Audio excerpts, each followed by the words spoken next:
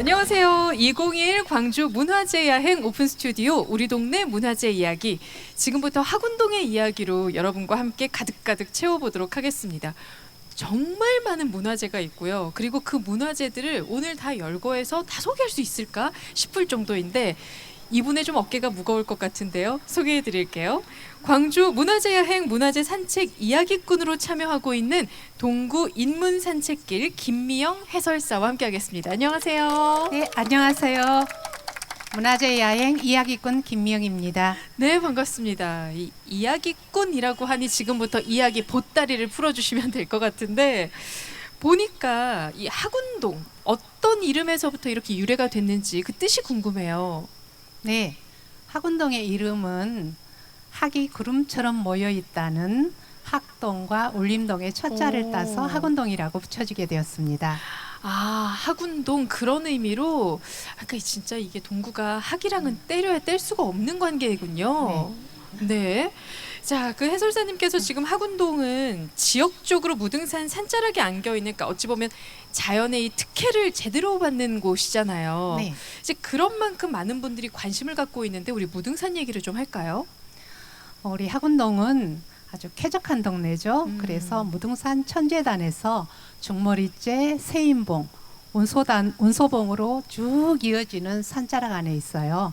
그리고 이곳에는 정심사, 의제미술관, 우재기미술관, 춘설원 등 다양한 문화예술이 숨쉬고 동족골, 봄이면은 철쭉이 끝없이 만발한 동족골 산책로를 보유한 테마가 있는 마을입니다. 그리고 품고 있는 문화재가 넘쳐나는 곳으로 동구 인문산책길에서 무등 가는 길이 있는 곳입니다. 아, 그렇게 무등 가는 길이 있는 곳이고, 그리고 예전에는 무등산에서 제사를 지냈다고 하더라고요. 네, 예로부터 광주 사람들은 영험하다고 소문난 무등산 신에게 정기적으로 제사를 지냈어요. 거울의 안녕과 나라의 무사 안녕을 위해서 정기적으로 제사를 올렸는데 일제강점기 때 총독부가 재단을 완전히 헐어버렸어요. 그래서 그 뒤 이제 조금 일부를 복구해서 지금은 연진회에 이어서 광주 민학회에서 매년 개천절에 의식을 행하고 있습니다. 네. 다시 복구를 하기는 했지만 결국에는 지금 흔적만 남은 상태인 거잖아요. 그렇죠. 원형은 이제 헐어버렸고요. 네. 완전히 그 가까운데 지금 천재단 모습을 볼 수 있습니다. 원망스럽기도 하고, 하지만 직접 가셔서 보시면 좋을 것 같아요. 지금 저희가 있는 이 광주읍성 유허도 마찬가지로 흔적이 남아있지만 여전히 그때의 그 얼을 느낄 수는 있는 거잖아요. 그렇죠. 네. 재단하고 앞에 상석이 놓여 있어서 거기서 개천 의식을 행하고 있거든요. 아, 네, 좋습니다. 자, 그리고 이 무등산 곳곳을 돌아보고 쓴 유서성록, 이 견문록이 있다고 하던데 이건 어떤 내용인가요? 네, 조선 선조 때 문신이자 의병장이었던 고경명이 43세가 되던 1574년 4월 20일부터 24일까지 4박 5일 동안 무등산을 기행하고 남긴 견문록입니다. 이 유서성록에 보면 중국 무릉의 주진천도 여기에 미치지 못한다고 쓰여 있어요. 최고의 극찬이죠. 사실 이미 무등산을 우리가 알잖아요. 이건 뭐 극찬을 하지 않을 수가 없고 그 매력에 빠지지 않을 수가 없는 게 우리 무등산 아니겠습니까? 그렇죠. 고경명도 어려서부터 무등산을 자주 이렇게 오가기는 했지만은 정작 그 무등산 전체를 유람하고 보니까 네. 정말 중국의 무릉도 여기에 미치지 못한다고 네. 할 만큼 그렇게 이제 절경이었다는 거죠. 아, 그렇죠. 너무 뿌듯하다. 네. 그럼요. 박수가 절로 나와야죠. 맞아요. 이 보니까 무돌매라고 또 불렸다라고 하던데 이건 또 무슨 얘기일까요? 아, 무돌매는 네. 그 무등산에 전해지는 여러 이름 가운데 하나예요. 그래서 무등산 둘레길 무돌매는 바로 이제 이 무돌매로부터 이름이 따왔습니다. 그러니까 네. 무돌길에서 따온 또 무돌매라고도 많이 네. 불렸었던. 그러니까 지금 우리가 무등산 국립공원이잖아요. 네. 이걸 지척에 두고 산다. 그러니까 무등산을 정말 정원처럼 바라보고 산다라는 건 학운동이 가지고 있는 특혜 아닐까. 그렇죠. 행운이죠. 네. 그러니까요. 네. 거기다가 이 무등산 주상절리대. 보는 것만으로도 진짜 감탄이 절로 나오는 곳 아니겠어요? 네. 네. 광주를 예향, 의향, 미향의 고장으로 키운 국립공원인 무등산과 함께 무등산 주상절리대는 광주의 자랑이자 동구의 자랑, 우리 학운동의 자랑이자 자부심이죠. 네, 그래서 우리 학운동의 무등산 주상절리대는 중생대 백악기에 발생한 화산 활동의 선물인데요. 입석대, 서석대로 구성되어 있고 오랜 세월 동안 풍화에 의해서 돌기둥 모양, 병풍 모양의 수려한 경관으로 2005년에 천연기념물로 지정받았습니다. 네. 그리고 2018년에는 유네스코 세계 지질공원으로 인정되어서 우리 광주에 더욱더 큰 자랑이 되었죠. 광주의 자랑을 넘어 대한민국의 자랑이라고 해도 네 맞는 말 그렇죠. 아닐까요? 네. 무등산이 1187m이지 않습니까? 근데 1000m 이상의 자리에 이렇게 화산 활동의 폭발로 인해서 냉각된 주상 전리대가 있는 곳은 세계 유일입니다. 그래요. 네, 그래서 더욱 그 가치가 인정받아서 유네스코 세계 지질공원으로 인정받았습니다. 네. 뭐 사실 무등산 얘기하면 하나에서 열까지 오늘 날 새는 것만으로도 사실 부족할 것도 같아요. 그렇죠? 네. 네. 자, 계속해서 또 이번에는 우리 학운동의 이야기를 조금 더 이어가 볼 텐데 이 학운동이 용현동, 울림동, 학동 이렇게 세 개의 법적 동을 이제 품고 있잖아요. 네. 그 중에 울림동에 석실 고분이 있다고 들었어요. 네. 사람들이 그 석실 고분이 있는 것을 대부분 모르고 지나칩니다. 학원초등학교에서 조금 지나서 정심사초 차장 쪽으로 가다 보면은 왼쪽에 커다란 석실 고분이 있어요. 시내 한복판에서 이렇게 삼국시대 고분을 만난다는 것은 그렇죠. 정말 흔치 않은 일이거든요. 네. 그래서 이 울림동 석실 고분은 광주광역시 문화재 자료로 지정이 됐습니다. 그리고 이 무등산 장원봉 동남쪽 비탈진 곳에 위치한 돌 무덤인데요. 원래는 모두 6개의 무덤이 있었으나 그 중에 관이 들어간 널방이 완전히 다 드러난 것은 2기뿐이에요. 근데 이제 이것은 삼국시대, 지금으로부터 먼 삼국시대의 백제식 돌방 무덤으로 이 지역 백제사 연구에 아주 귀중한 고고학적 자료가 됩니다. 그러니까 우리가 왜 역사 책으로만 보면 그냥 달달달달 외우는 것 말고 직접 보고 오면 또 이게 체감하는 게 또 다르잖아요. 그렇죠. 근데 그게 우리 동네에 있어요. 그게 얼마나 대단한 거예요? 그렇죠. 네. 우리 아이들도 한 번씩 와서 보면은 좋을 것 같아요. 맞습니다. 왜냐하면은 그 직접 볼 수 있거든요. 내부가 이렇게 바닥에 이렇게 깔려 있고 점점 아치로 올라가면서 무덤이 크게 이렇게 조성돼 있습니다. 예, 백제식 돌방 무덤. 이 지역에 백제사 연구가 좀 없거든요. 기록이 많지 않기 때문에. 근데 이렇게 돌방 무덤이 발견되어서 귀중한 자료가 되고 있죠. 네, 좋습니다. 그리고 그 밖에도 워낙에나 또 많은 문화재가 있다 보니까 이 불교 운동과 또 민주 운동의 산실이었던 곳이에요. 문빈정사 이야기를 좀 해볼까요? 네, 그렇죠. 1980, 90년대 문빈정사는 지선 스님께서 주석하면서 대한민국의 아픔, 또 광주 시민의 아픔에 함께 동참하셨습니다. 그래서 대한민국의 민주화와 불교 자주화에 이바지하였고 훗날 불교 운동을 이끌었던 무등민족 문화에는 전국 불교연합 운동의 모태가 된 절이기도 합니다. 그리고 이곳에서는 항상 그 80년대 민주 인사들이 많이 모여서 항상 강연과 담론을 하셨고 또 우리나라의 앞날과 미래를 위해서 걱정하고 또 토론했었던 그런 곳이죠. 독재라는 그 진흙 속에서 민주주의라는 연꽃이 그렇죠. 피었다라고도 네네. 표현을 할 수가 있을 네네. 것 같은데 네. 어찌 보면 참 우리에게 너무나도 소중한 유형 문화재이기도 하고요. 네. 그리고 이제 이 문빈정사에는 아주 귀중한 또 그 자료가 있어요. 네. 그래서 불교 서적 11종 12책이 있는데요. 대부분이 임진왜란 이전에 간인된 판본으로 아주 판본의 개통 연구, 또 사찰의 출판 문화, 또 불교 의식의 변화 등을 알 수 있는 아주 귀중한 자료입니다. 이 중 특히 그 수륙제의 기원과 의식 절차에 관한 불교 의례서인 천지명양 수제의궤, 그거는 그 책은 천지명양 수륙제의 찬요는 1536년 안음 영각사에서 간행되었고 우리나라에서 가장 오래된 판본으로 초간본에 가깝고 또 국내에서 유일하게 확인된 판본입니다. 나머지 판본들도 모두 희귀본이에요. 그래서 문빈정사가 생긴 지는 얼마 안 된 짧은 연륜에 비해서 그 품고 있는 네. 그 위치가 아주 묵직하고 중요한 역할을 하고 있습니다.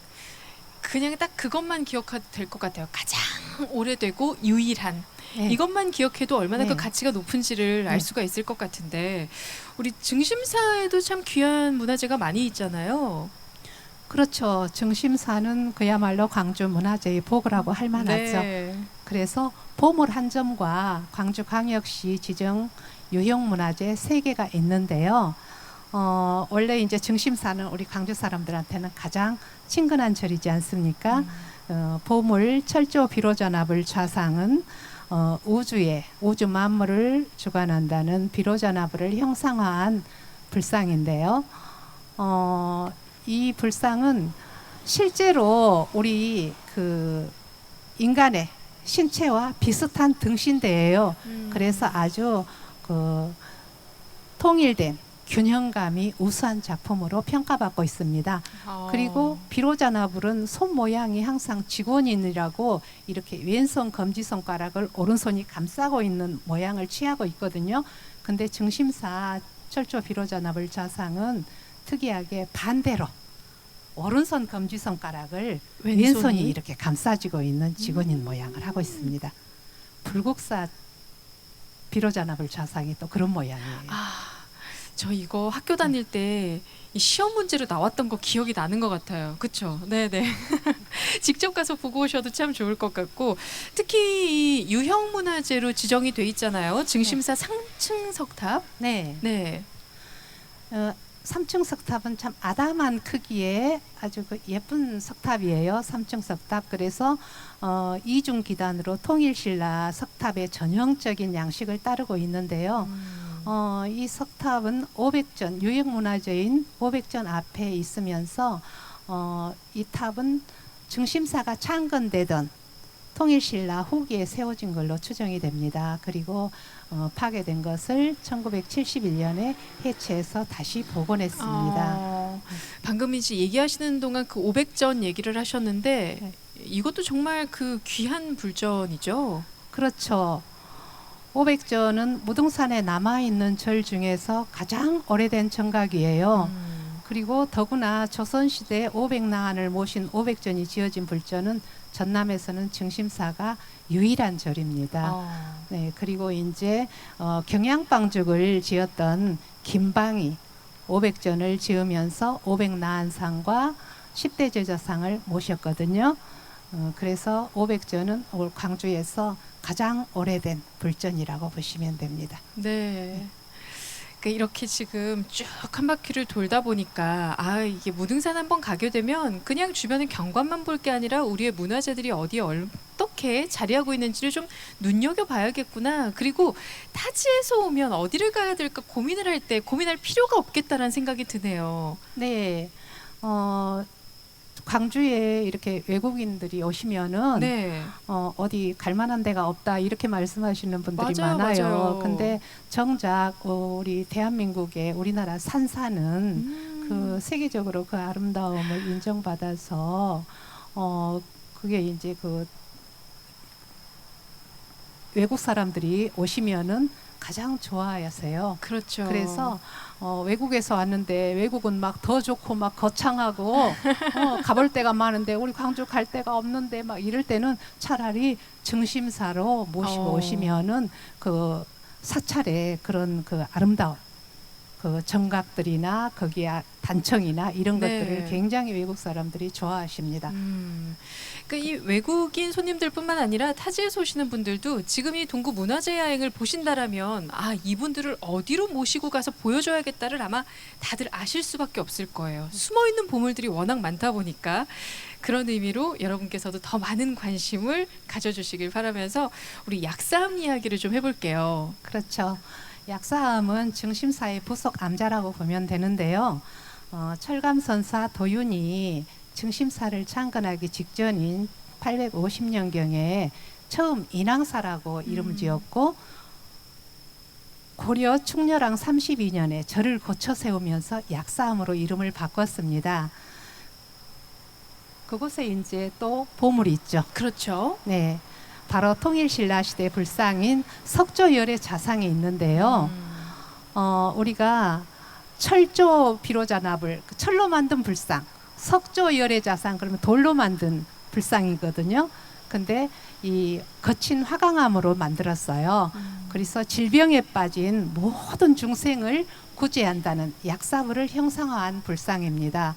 그리고 이 약사불은 그 우리 호남 지역의 산지에 있는 통일신라 시대의 불상 중에서 가장 미려하고 아름다운 원형이 잘 보존된 이렇게 불상으로 유명하죠. 그래요. 네. 네. 그리고 이제 그 유난히 그 대신 유난히 이렇게 넓은 무릎과 또 이렇게 좀 형식적인 표현 그리고 대자 높이와 불상의 높이가 비례가 1대1인 점 등에서 석굴암 본존불의 특징을 이어받은 통일신라 말 불상이라고 할 수 있습니다. 네, 그러게. 그동안 이 모든 것들을 누려야 되는데 누리지 않았던 저 스스로를 좀 탓하게 되면서 앞으로 주말마다 좀 찾아다녀 봐야겠고요. 네, 계절마다 피는 꽃들이 있잖아요. 그런데 사시사철 절대로 지지 않는 게 우리의 문화의 꽃인 것 같습니다. 그렇습니다. 네, 우리도 이렇게 문화재 이야기를 너무나도 잘 해주셨고요. 앞으로도 좀 좋은 기회가 있으면 더 많은 이야기 청해 듣고 싶네요. 오늘 말씀 잘 들었습니다. 네, 감사합니다. 네, 고맙습니다. 이렇게 여러분과 함께하는 이 시간이 저도 좋은데 이분은 얼마나 더 좋으실까요? 누군지 아시겠죠? 그분의 이름은 무대 위로 모시겠습니다. 큰 박수 부탁드립니다. 방금 그분의 이름은 그냥 뭐라고 그러셨어요? 겁나게 서운해요. 밤늦은 시간까지 이렇게 오셔서 뭐단디 나를 오라겠을까 이렇게 생각하시는 분들이 있을 것 같은데 하군동의 그 마을 이야기도 들어보시고 지금 앉아 있는 게 옛날에 광주 읍성 성곽이었잖아요. 여기 아마 한 400~500년 전에 경비병들이 앉아가지고 또 그 힘들었던 그런 곳이었거든요. 역사와의 대화를 또 하는 곳이라고 생각이 듭니다. 그래서 우리 동구에 있는 문화재 그리고 우리 마을 이야기를 하는 그런 시간인데 잘 나오셨다 이렇게 아마 끝나고 나면 그런 생각이 들 것 같습니다. 이따가 시간이 좀 되시면 저기 하늘마당으로 해서 그 밑에 이렇게 가면 지금 미디아트 작품이 또 전시되어 있거든요. 그래서 굉장히 볼만하고요. 나중에 시간 되시면 여기 체인지라고 되어 있는 저게 이제 광주폴리인데 저기에 올라가셔서 이곳 야경을 보면 정말 볼만합니다. 그리고 저 체인지 색깔이 이제 가서 이렇게 우리가 돌리면 또 변화하거든요. 한번 가보시고 또 나중에 저기 245 빌딩도 가셔서 거기서 보는 이 ACC의 야경 또 낮에 보셔도 되고요. 여기서 보는 게 완전 다릅니다. 여기서 볼 때도 굉장히 아름답고 그래서 그 하군동의 그 아름다움만 있는 것이 아니기 때문에 나오셔서 보시면 훨씬 좋겠다 이런 생각이 들고요. 어쨌든 아마 광주를 찾는 분들 중에 하군동을 저는 가장 많이 찾을 것 같습니다. 무등산을 제일 많이 찾는데 무등산을 가려면 하군동을 반드시 지나가야 되기 때문에 하군동의 인상이 광주의 인상이고 동구의 인상이다 이렇게 생각하시고 우리 하군동 주민들께서 학운동을 아름다운 마을들로 만들어갔으면 좋겠습니다. 함께해 주셔서 고맙습니다. 감사합니다. 청장님, 예. 박수를 한 번 더 받으셨으면 좋겠어요. 네. 네, 우리 동구에 또 기분 좋은 소식이 있었거든요. 여러분 박수 칠 준비 딱 하고 계시고, 우리 광주시 동구가 매니페스토 우수사리 경진대회에서 무려 우수상을 수상했습니다, 여러분. 예, 감사합니다. 그만큼 또 네. 이 지역을 위해서 애써주신 우리 청장님이 계셨던 덕분인데 예. 앞으로도 더 잘 부탁드리겠고요. 무엇보다 아이들이 편하게 지낼 수 있는 곳, 여성들이 편하고 그리고 고령의 어르신들이 편하게 쉬어갔다가 가실 수 있는 곳, 그곳이 바로 동구 아니겠습니까? 예. 네. 앞으로 최우수상으로 보답하겠습니다. 오.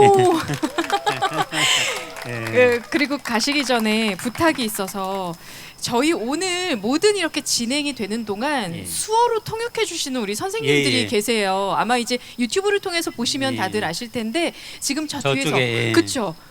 보이지 않는 곳에서 애써주신 우리 이혜진 수어 통역사 그리고 예. 조영창 수어 통역사에게 응원의 한 말씀 예. 해주시면 네. 예, 우리 이혜진 수어 통역사 그리고 영창 조영창 네. 수어 통역사, 오늘 저도 여기 앉아서요 저쪽에서 수어로 하신 모습을 봤는데 정말 오늘 이 자리에는 나와 있지 않지만 유튜브를 통해서 보시는 우리 청각 네네. 장애인분들께 우리 광주의 문화재 그리고 학운동의 역사를 알려주신 저분들에게 박수 한번 보내주시기 바랍니다. 예, 감사합니다. 예, 감사합니다, 고맙습니다. 청장님. 네.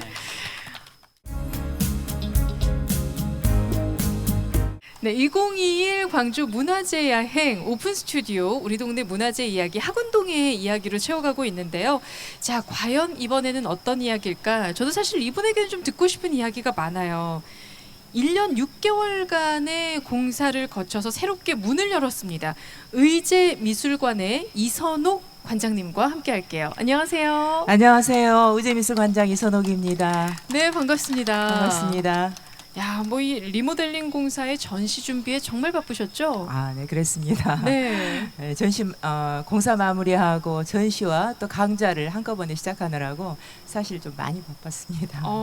그렇게 바쁜 와중에도 오늘 좋은 이야기를 해주려고 와주셨는데 개관 20주년을 맞아서 네, 또 준비한 게 있다라고 얘기를 들었어요. 네, 저희가 앞서 사회자님 말씀하셨던 것처럼 1년 6개월 정도를 저희가 문을 닫았습니다. 그래서 처음에는 코로나 때문에 그랬고요. 그다음에 공사 실제로 한 기간 한 6개월 정도 됩니다만은 뭐 업자를 선정을 한다거나 설계하는 과정이 좀 길었었고요.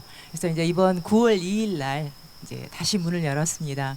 네, 재개관이라는 의미도 있지만 사실 의제미술관이 2001년 11월에 개관을 했어요. 그래서 만 20년이 되는 해가 바로 올해입니다. 거의 이제 20년 만에 20년 동안 저희가 사용을 하다 보니까 그동안에 여러 낙후된 부분이 많이 있어서 여러 기관의 도움을 받아서 저희가 또 새롭게 새 단장을 했습니다. 네. 그 새 단장한 기념으로 저희가 문향에서 인연에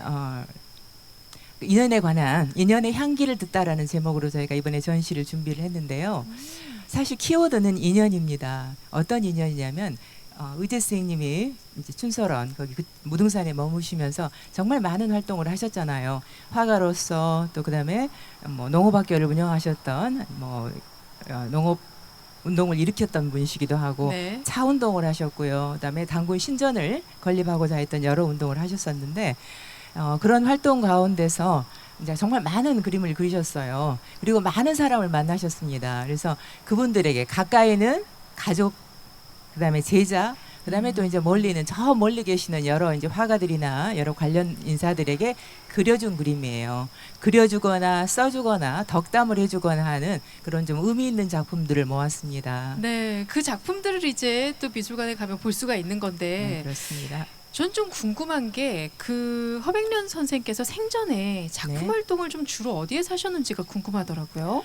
의제 선생님이 작품 활동을 처음 시작하셨을 때는 사실 진도 출신이시세요. 그래서 서울에서 화가로서 이제 이름을 알리시고는 전국적으로 한 10여 년은 전국을 말하는 방랑 비슷하게 돌아다니셨어요. 왜냐하면 산수화를 그리기 위해서는 여러 산천을 보고서 산천에서 여러 느낌들을 이제 받아 자기화시켜야 된다는 그런 의미였었거든요. 네. 그러다가 1937년에 처음 자리를 잡으신 곳이 바로 증심사입니다. 처음에는 증심사 방 한 칸을 얻어서 이제 그림을 그리시다가 바로 증심사 바로 아래에 있는 의제미술관은 아시잖아요. 네. 의제미술관 건너편에 다리 건너에 보면 춘설헌이라고 하는 곳이 있습니다. 사실 그 춘설헌에서 자리를 잡고 이제 스스로 그림을 그리고 그림 제자를 기르기도 하고 그 옆에서 농업학교를 운영하셨었는데요. 그 춘설헌이라고 하는 곳이 처음에 춘설헌이 있기 이전에는 오방 최응정 목사님이 그곳에서 기고하셔서 오방정이라고 했었고요. 오방정이 있기 바로 전에는 또 서가 최원순이라고 하는 우리나라 언론인으로서 이 지역 출신 언론인으로서 일본 유학을 하고 동아일보 편집국장을 지내신 분이에요. 근데 일제강점기 그 어려운 시기에도 늘 그 총독부를 향해 바른 말을 하셨어요. 그러다가 옥고를 치르시거든요. 그 옥고로 인해서 이제 폐병을 얻게 되셨고 그래서 지금 춘설원이 있는 그 자리에 서가정이라고 하는 집을 짓고서 요양을 하시다가 일찍 세상을 떠나셨습니다. 그래서 그 집을 이제 집안의 어른이기도 했었던 오방 최웅종 목사님이 이제 물려받으셨어요. 그래서 그곳에서 기거를 하시고 계실 때 말하자면 의제 선생님이 증심사의 방을 얻어 그림을 그리셨거든요. 그래서 두 분이 이제 다시 춘설원에서 만나게 되신 거죠. 춘설원에서 만나서 농업학교를 만들고 여러 좋은 일들을 모색을 하셨는데 그러는 중에 오방 선생님께서는 그런 오방정이라고 하는 번듯한 집이 아니라 나환자 거린들과 함께 움막에서 생활을 하십니다. 그래서 그 집을 의제 선생님께 물려주고 본인은 저쪽 원효사 근처에 있는 움막으로 떠나게 되시죠. 그래서 서가정에서 오방정으로 그다음에 의제 선생님이 물려받으셔서는 춘설원이라고 이름을 하고 그곳에서 작품 활동도 하시고 제자들을 길러주셨습니다. 네. 왜 점과 점을 이으면 선이 된다라고 하고 사람과 사람을 이으면 인연이 된다라고 하던데 그렇습니다. 그 인연이 또 작품으로 이렇게 연결이 됐고 네. 그 미술관이 건립된 부지가 또 특별한 의미가 있다고 들었어요. 조금 전에 말씀드렸던 것처럼 바로 네. 춘설원 건너편이 지금 미술관이 있는 곳이죠. 의제 선생님이 처음에 그림을 그리실 때도 증심사 방 한 칸을 얻으셨듯이 농업학교를 만드실 때도 사실 뭐 건물이 있거나 그러지 않으셨어요. 네. 그래서 또 증심사 방 한 칸을 얻으셨어요. 참 증심사가 중요한 일을 하셨네요. 그래서 증심사 방 한 칸에서 말하자면 전국에 농업 기술자를 기르기 위한 학생들을 모집을 하게 됩니다. 그래서 처음에 21명이 입학을 했고요. 그 21명으로 농업학교를 시작을 했는데 46년에서 47년에 학생을 처음 받아서 한 2, 3년 진행하고 있는 동안에 6.25 사변이 일어납니다. 그래서 이제 중심사 일대가 폭격을 당했고요. 그래서 증심사에서 처음을 시작을 했다가 그 바로 아래 지금 의제미술관이 있는 자리가 시내 일본 요정이었어요. 춘모감이라고 하는 요정의 별채가 있었습니다. 그래서 그 자리를 빌려서 말하자면 교사로 쓰고 농업학교를 했거든요. 근데 증심사 그 아래에 있는 이제 농업학교가 전부 불이 타고 파괴가 된 다음에 1953년에 6.25가 지난 다음에는 거기에 이제 다시 또 학교를 지으십니다. 그래서 지금 미술관이 있는 미술관을 들어가다 보면 아마 오른쪽에 회색 티타늄으로 이렇게 겉을 아주 세련되게 만들어 놓은 집이 있어요. 네. 그 집이 바로 농업학교 강당이었습니다. 그래서 의제미술관을 짓기 시작할 때가 1998년 이제 문화재단을 만들고 그렇게 건립할 무렵에 어디에 미술관을 짓는 것이 좋은가를 시민들이 전부 모여서 토론을 했어요. 그래서 한쪽에서는 이제 입지 조건으로서 이렇게 드나듦이 좋은 곳, 편리한 교통이 편리한 곳에 있어야 된다고 말하시는 분들도 있었지만 또 한편에서는 유서 깊은 자리, 농업학교가 있었던 그 자리에 미술관을 짓는 게 좋겠다고 하는 의견이 더 세서 지금 올라가시기 약간 불편하시죠. 그렇지만 그런 의미 있는 자리이기 때문에 바로 이제 농업학교 자리에 미술관을 짓게 됐습니다. 그래서 다 허물지는 않았고요. 기숙사가 있었던 건물은 아깝게도 허물고 그 자리에 지금 미술관 본 건물이 들어섰고 있었던 강당은 그대로 이제 뼈대를 그대로 남기고 겉모습만 현대적으로 바꾸어서 미술관에 들어가시다 보면 오른쪽에 학예실 저희 사무실이 있고 그 앞에 회색 건물인 삼애헌이라고 합니다. 의재 쌤이 농업학교를 하실 때도 그랬고 차를 하실 때도 그랬고요. 삼애사상 하늘과 땅과 사람을 사랑하자는 삼애 사상으로 일관을 하셨거든요. 그래서 그 차시를 삼애헌이라고 하고요. 이제 정면에서 보이는 건물이 지금 의제 미술관입니다. 뭐 거의 그림으로 그려서 머릿속에 넣어주신 것 같아요. 그렇죠?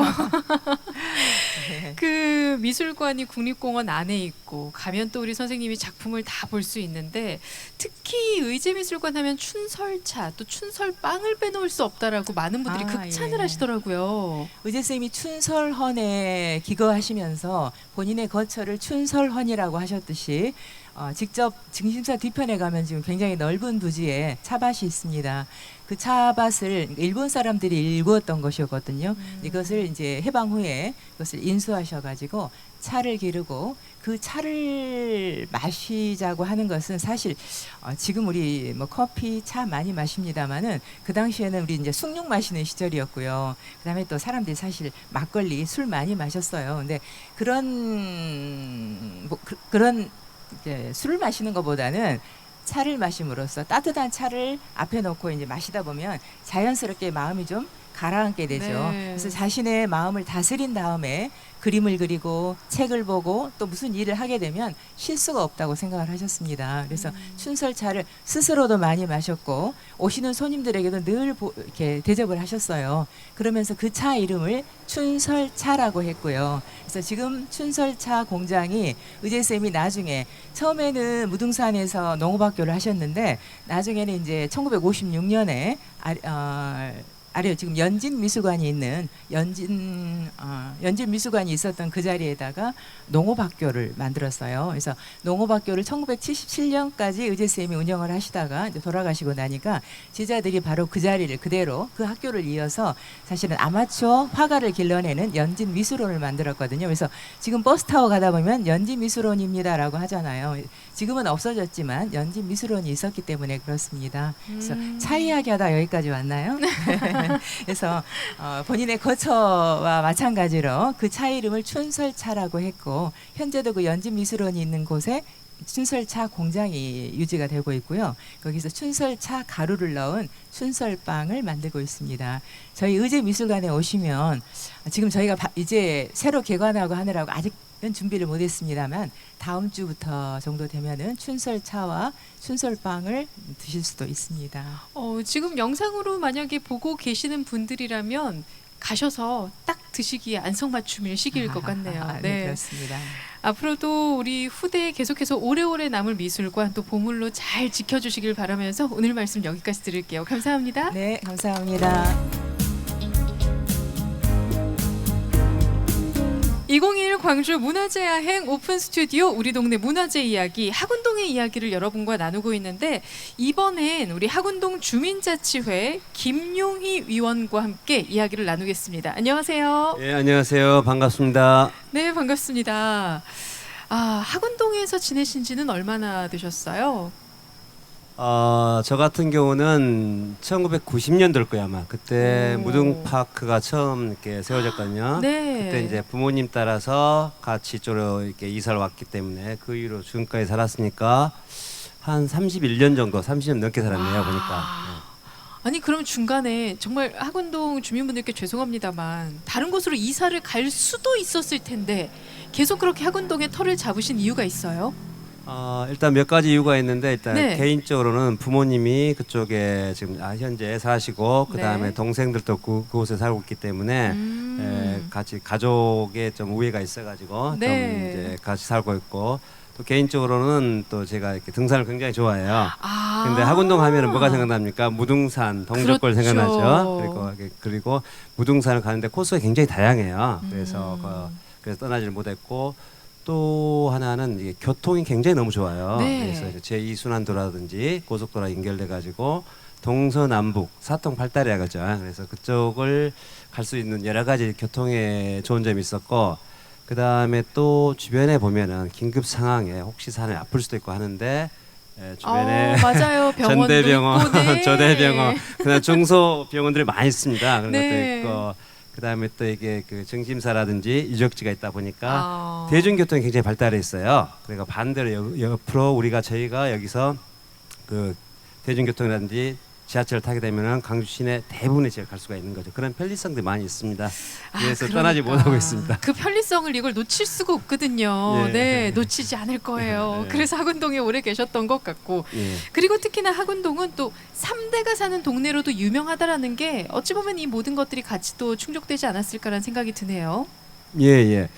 원래 그 처음에 그쪽에 사시는 분들이 계셨어요. 네. 주택단지에 주택에 살고 계시는 분들이 계셨는데 아파트가 지금 많이 들어섰습니다. 그래가지고 처음에 아파트가 무등파크라든지 라인 아파트라든지 그런 아파트가 들어왔는데 그 아파트에 들어왔던 1세대 분들이 너무 학운동이 좋기 때문에 네. 그걸 떠나질 않은 거예요. 그리고 자식들에게 그 근방에 살 수 있도록 분가를 시킨 거예요. 아. 그리고 이제 제가 그 2세대인데 저희도 여기서 살면서 저희 자식들을 이쪽에다 남기면서 3대가 화목하게 살게 됐죠.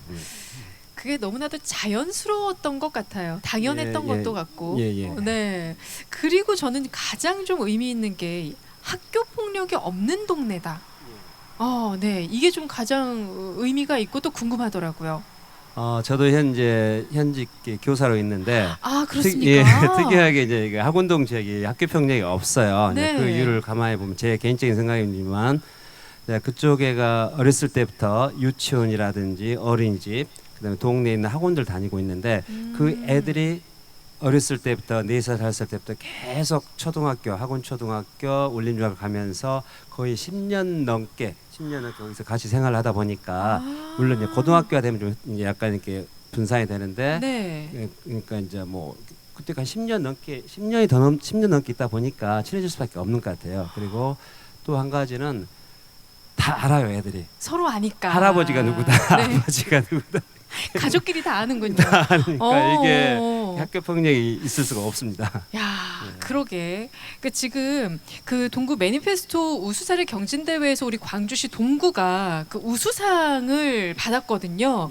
근데 그 안에 내용이 아동이 살기 편한 곳이 바로 이거 동구인데 학운동이 그 대표적인 역할을 해줬다라고 해도 과언이 아닐 것 같은데요. 그런 것 같습니다. 그러니까 방금 굉장히 뿌듯하게 말씀하셨죠. 그런 것 같습니다라고. 어떠세요? 지금 그 주민자치회에서 푸른 분과라고 맡고 계신다라고 들었습니다. 그 분과에서 자연마을 뿌리찾기 사업을 추진하고 있다고요.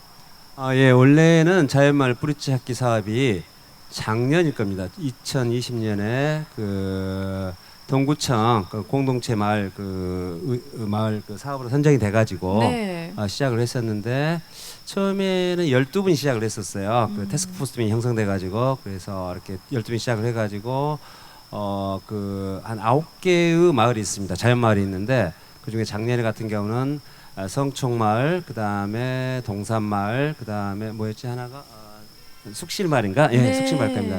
그쪽에 자연 마을의 유래를 찾아가지고 그 표지석이 있는데 표지석 옆에다가 포스트를 세워가지고 안내판을 세워가지고 QR 코드와 함께 그 유래를 소개했던 사업을 했습니다. 그리고 올해도 또 그게 연장이 돼가지고 올해 같은 경우는 이제 4군데 그래서 이제 밀양마을, 무량마을, 그 다음에 온머리마을, 그다음에 하나는 잘 생각이 안 나네요. 저도 긴장이 됐나 봐요. 자막으로 보여드리겠습니다. 네. 그곳에서 같이 이렇게 또 좋은 사업들을 같이 펼쳐주시니 어찌 보면 학운동에 이렇게 오래 사시는 게 단순히 살기만 하는 곳이 아니라 보다 나은 학운동을 만들기 위해서 계속해서 노력해주시는 덕분이지 않을까라는 생각이 드네요. 네, 저도 그렇게 생각합니다. 네, 계속해서 대와 대를 이어서 학운동에 더 깊은 뿌리를 내리시길 바라면서 그러면 마지막으로 우리 또 같이 오늘의 학운동 이야기의 마무리는 이분과 좀 함께 해볼까 하는데 우리 청장님 잠깐 무대 위로 모셔도 괜찮을까요? 네, 여러분 박수로 함께 맞아주시고요.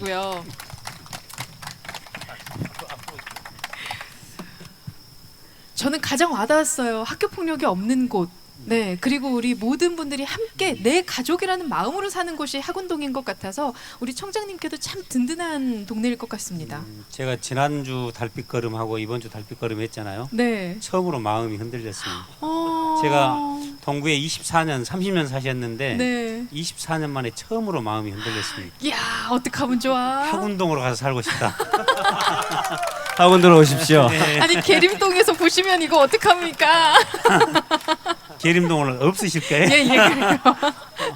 자, 오늘의 이 학운동 마지막 이야기는 우리 청장님께서 학운동 하면 우리가 다 같이 최고 하면서 마무리를 지어볼까 하는데 어떨까요? 좋습니다. 좋습니다. 여러분, 우리 최고 엄지척 하실 준비 되셨어요? 예.